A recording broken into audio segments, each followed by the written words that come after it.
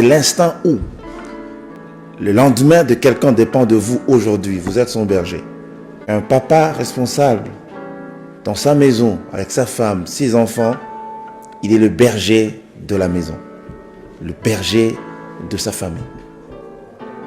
Cela relève aussi de beaucoup de responsabilités de la part de ceux qui tiennent la place des bergers, pour tous ceux qui sont sous leur responsabilité.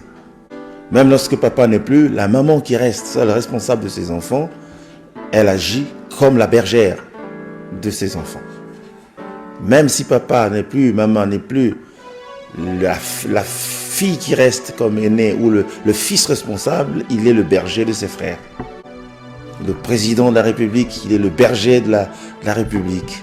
Vous pouvez être responsable d'une seule personne, vous êtes son berger. Vous êtes responsable dans une entreprise, vous êtes le berger du personnel qui existe sous votre conduite. Amen.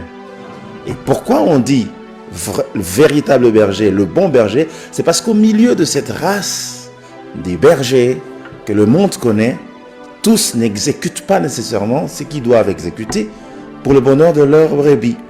Ce qui fait qu'on trouve des responsables qui ne le sont pas du tout par rapport aux responsabilités qui leur sont assignées.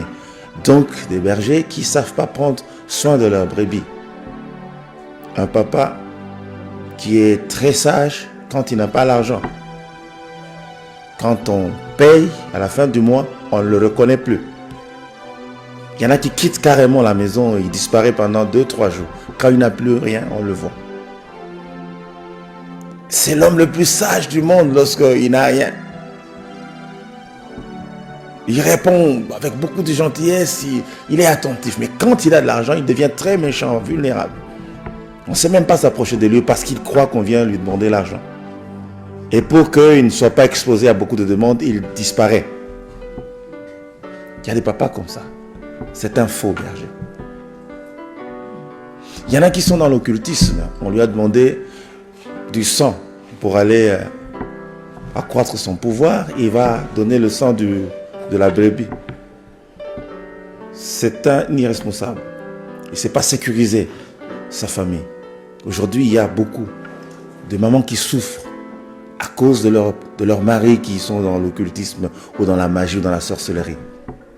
Parce que ce sont des hommes avec lesquels on ne peut pas bien vivre. Ça devient intenable. Il y a des enfants qui subissent l'influence ou les conséquences négatives, perverses de l'occultisme de leur berger. Lorsque vous êtes dans une entreprise et que le berger de l'entreprise, le numéro 1 de l'entreprise, pense que c'est d'abord lui et tout le monde vient après, c'est difficile que les gens vivent dans la joie et dans le bonheur. Dieu a placé les hommes sur la terre pour qu'ils soient heureux. Et le bonheur des brebis dépend en priorité de leur berger. Qu'est-ce qu'ils ont comme projet pour leur brebis? Si nous voulons comprendre comment ça se passe au milieu des hommes qui ne savent pas être bons bergers dans toute la ligne, c'est pour nous donner l'image du véritable berger qui est Jésus-Christ. Et si nous voulons bien l'adorer, l'exalter, le louer, nous devons d'abord nous positionner, nous, en tant que brebis, pour savoir qu'est-ce que nous pouvons attendre de notre berger.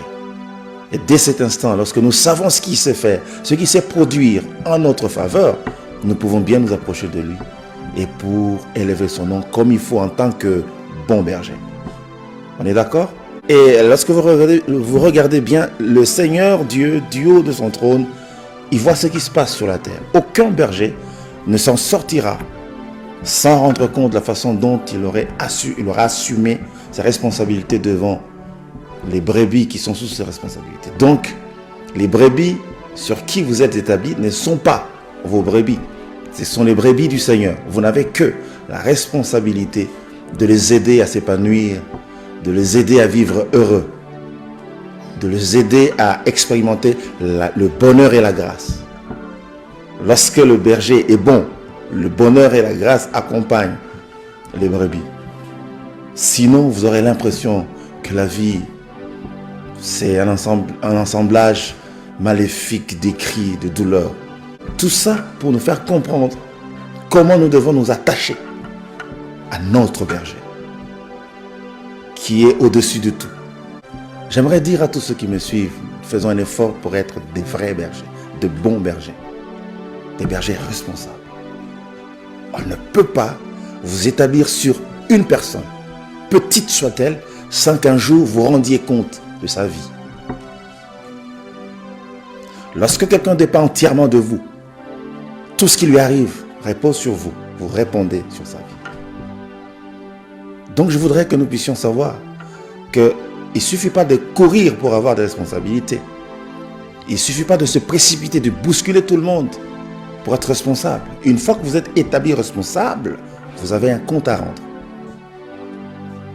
Il ne faut pas vous marier parce que vous voulez vous marier. Vous devez prendre soin de votre épouse et respecter votre épouse. Sinon, vous rendrez compte de la façon dont vous l'aurez traitée. Il y a des gens qui n'ont pas compris, qui sont parents, qui sont papas, pour aider les enfants, pour les aimer, pour les accompagner dans leur vie jusqu'à ce qu'ils atteignent la majorité et qu'ils deviennent à leur tour aussi des bergers. Mais tant qu'ils sont encore des brebis sous votre responsabilité, vous répondrez de leur vie. N'est-ce pas? Donc, ça ne sert à rien de chercher à être responsable. Encore faut-il être le bon responsable, qui a un véritable recours pour les autres, sur qui les autres peuvent compter, qui saura bien essuyer les larmes, qui ne voudra pas voir une âme pleurer alors que c'est lui le responsable. Le bon berger, il prend la place aussi des brebis. Il pleure avec ceux qui pleurent. Il souffre avec ceux qui souffrent. Il prête sa main pour soutenir le faible qui sont sous sa responsabilité. Donc, être un berger ne suffit pas.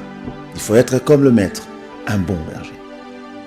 Il ne faut pas taper vos petits frères parce que vous êtes nés avant eux. Non, il faut les aimer. Il faut bien les encadrer. C'est ça le sens de responsabilité. Malheureusement, on ne voit pas ça, on ne trouve pas ça parmi les hommes. Lorsque nous allons lire les passages, vous comprendrez que les hommes sont mauvais. Et je comprends pourquoi un jour Dieu a regretté d'avoir créé les hommes. La Bible dit Dieu s'est repenti. Certainement, il a dit, qu'est-ce qui m'a poussé à créer ces gens? Parce que lorsque l'homme veut te montrer ce qu'il est, tu regrettes de l'avoir rencontré un jour.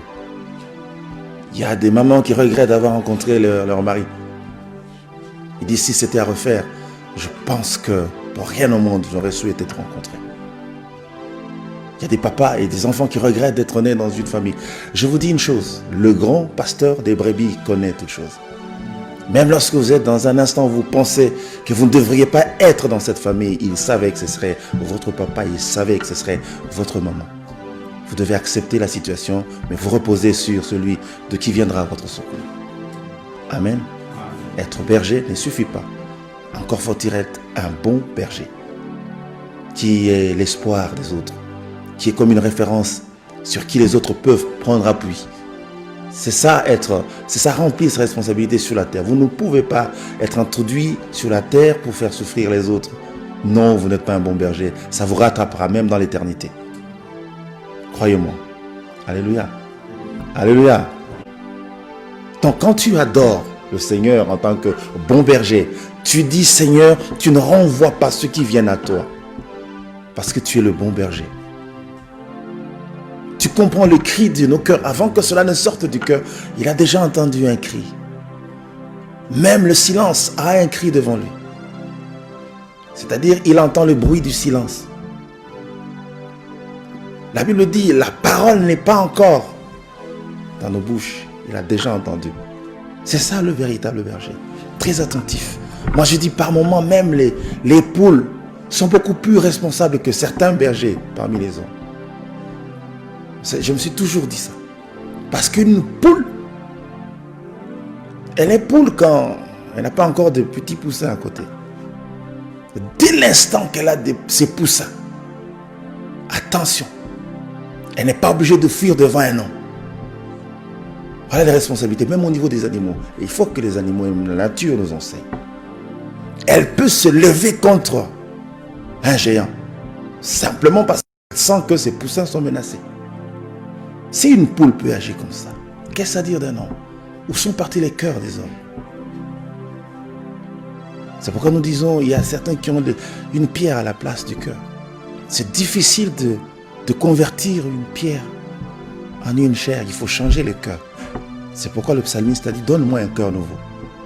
Il y a des cœurs qu'on ne peut plus changer. Il faut carrément, comment on dit, implorer la grâce de Dieu pour qu'il donne un cœur nouveau. Il faut qu'on prie pour nos responsables qui ont besoin des cœurs nouveaux. Un cœur d'amour, de compassion, un bon cœur.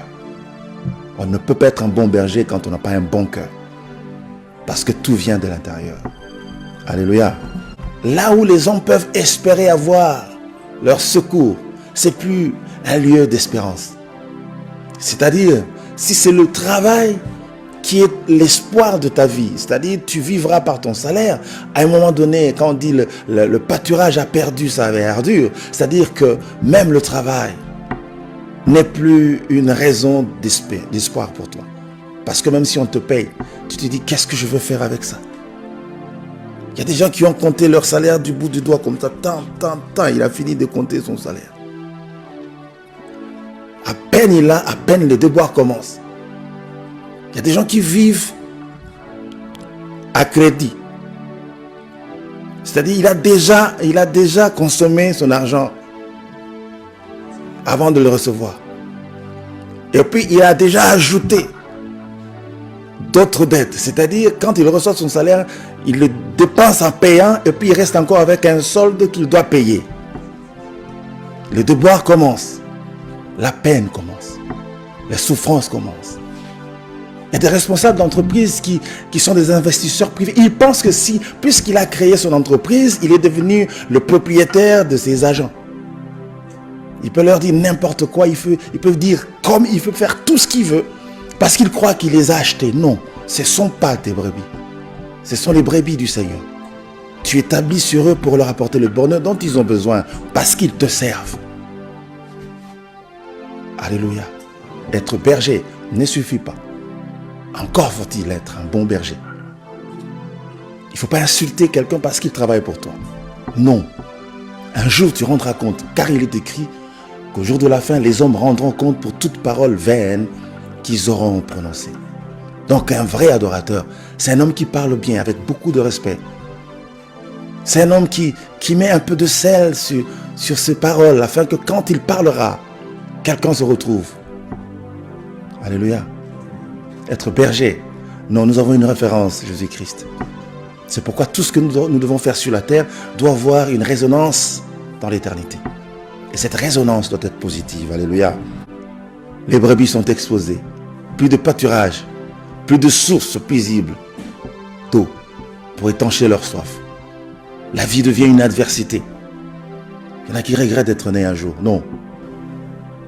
Il y a encore un espoir pour ceux qui pensent que le bon berger existe. Alléluia. Les prédateurs, c'est-à-dire les animaux féroces sauvages qui mangent les brebis, ne vont jamais loin de la bergerie. Ils sont toujours aux aguets. Ils ont ce qu'on appelle la patience des prédateurs. Il sait camper. C'est armé de patience. Il sait attendre patiemment jusqu'à ce que une brebis fragile soit à sa portée. À ce moment-là, il n'y a plus d'excuses.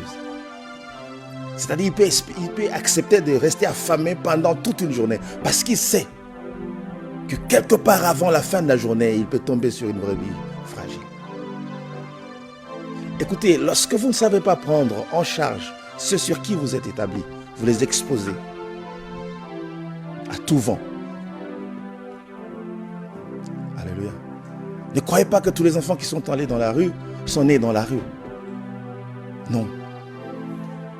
Parfois, les conditions difficiles à la maison, par instinct de conservation, quelqu'un peut se lever pour dire « je ne veux pas sombrer. Si je reste ici, je mourrai. Je préfère aller me débrouiller ailleurs. » Vous remontez le fil, vous retrouvez un berger irresponsable. Et lorsque vous voulez comprendre pourquoi ce berger est irresponsable, il a aussi un berger. Si c'est un fonctionnaire, il a aussi un berger qui est l'État. Vous remontez le fil, vous trouvez que l'État n'a pas rempli sa responsabilité. Donc, ce sont des responsabilités partagées. Quelque part, nous devons comprendre tout ce qui arrive. Dans la plupart des situations qui arrivent aux hommes sont les fruits de l'irresponsabilité de leur berger. Donc, nous devons comprendre si parmi les hommes, il y a des bergers qui sont irresponsables, Notre berger n'a jamais été irresponsable. Donc quand tu adores Jésus comme le bon berger, dis-lui, Seigneur, tu connais mes peines, tu connais mes souffrances et tu as une réponse à toutes mes préoccupations. Dis-lui, quelle que soit la longueur de la nuit, je sais, Seigneur, tu t'appelles du nom du soleil qui se lève dans ma vie pour apporter le réconfort qu'il faut, le soutien dont j'ai besoin. Quand vous lui apportez les mots qui prouvent qu'il est le bon berger, il le devient pour vous. C'est la puissance de la proclamation. Proclame bien le bon berger, il va te conduire dans les verts pâturages. Proclame bien le bon berger, il t'amènera vers les eaux paisibles. Proclame bien le bon berger, il activera le bonheur et la grâce tous les jours de votre vie. Alléluia. Parce qu'ici, il y a un grand danger qui guette les brebis. Un grand danger qui porte le nom de la destruction, de la déviation et de la perdition. Il cherche quelqu'un qui va le dévorer. Si vous restez dans la bergerie, il ne peut pas vous dévorer. C'est-à-dire lorsque le berger est responsable et qu'il sait bien garder ses brebis, le dévoreur n'aura pas l'occasion de dévorer une seule brebis. Donc tout dépend du berger et puis de ses responsabilités. Lorsqu'il sait assumer ses responsabilités, il gardera. Il dit, Père, j'ai gardé tout ce que tu m'as donné, sauf le fils de la perdition.